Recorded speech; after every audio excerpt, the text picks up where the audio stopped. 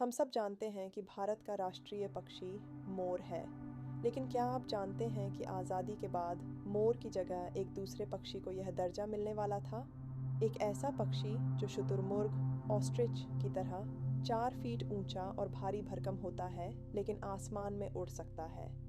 लेकिन इसे सिर्फ इसलिए नेशनल बर्ड नहीं बनाया गया क्योंकि इसके नाम बस्टर्ड का उच्चारण एक गाली से मिलता जुलता था, और आज अपनी इसी बदनसीबी के कारण यह पक्षी डायनासोर की तरह इस धरती से हमेशा के लिए ख़त्म होने की कगार पर है। स्वागत है सर्वाइवल सागा हिंदी पर। हम बात कर रहे हैं इस ग्रेट इंडियन बस्टर्ड की, जिसे स्थानीय भाषा में गोडावण भी कहा जाता है। यह भारत के सबसे अनोखे जीवों में से एक है। ये उड़ने वाले दुनिया के सबसे भारी पक्षियों में गिने जाते हैं। यह पक्षी हमारे घास के मैदानों ग्रासलैंड्स का राजा है। जहाँ यह रहता है समझो वो पूरा इकोसिस्टम सुरक्षित है। लेकिन आज इस राजा के पास सिर छुपाने के लिए जगह नहीं बची है। आपको जानकर हैरानी होगी कि इस बेजुबान पक्षी का सबसे बड़ा दुश्मन कोई शिकारी जानवर नहीं, बल्कि हमारा विकास है। दरअसल भारी शरीर होने के कारण यह पक्षी उड़ते समय सामने सीधे नहीं देख पाता, बल्कि नीचे ज़मीन पर शिकार ढूंढता है। और जब यह उड़ता है तो रास्ते में आने वाले हाई वोल्टेज बिजली के तार इसे दिखाई नहीं देते।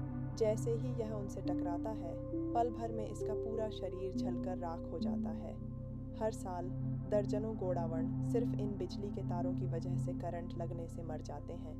इसके अलावा इनके अंडों को जंगली कुत्ते और शिकारी खा जाते हैं, जिससे इनकी नई पीढ़ी पैदा ही नहीं हो पा रही। अब सुनिए वो कड़वा सच जो आपके रोंगटे खड़े कर देगा। पूरी दुनिया में अब 100 से भी कम ग्रेट इंडियन बस्टर्ड बचे हैं, और ये सारे के सारे सिर्फ हमारे राजस्थान और गुजरात के कुछ इलाकों में सिमट चुके हैं। अगर अगले कुछ सालों में इन्हें नहीं बचाया गया तो हमारी आने वाली पीढ़ी इसे कभी जिंदा नहीं देख पाएगी।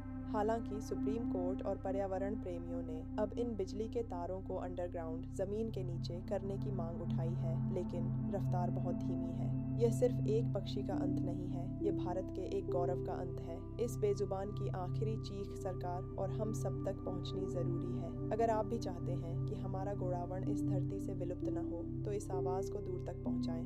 वीडियो को लाइक और शेयर ज़रूर करें, और ऐसे ही क्रांतिकारी वन्य जीव संरक्षण के सफ़र से जुड़ने के लिए सर्वाइवल सागा हिंदी को अभी सब्सक्राइब करें। मिलते हैं अगली वीडियो में। जय हिंद।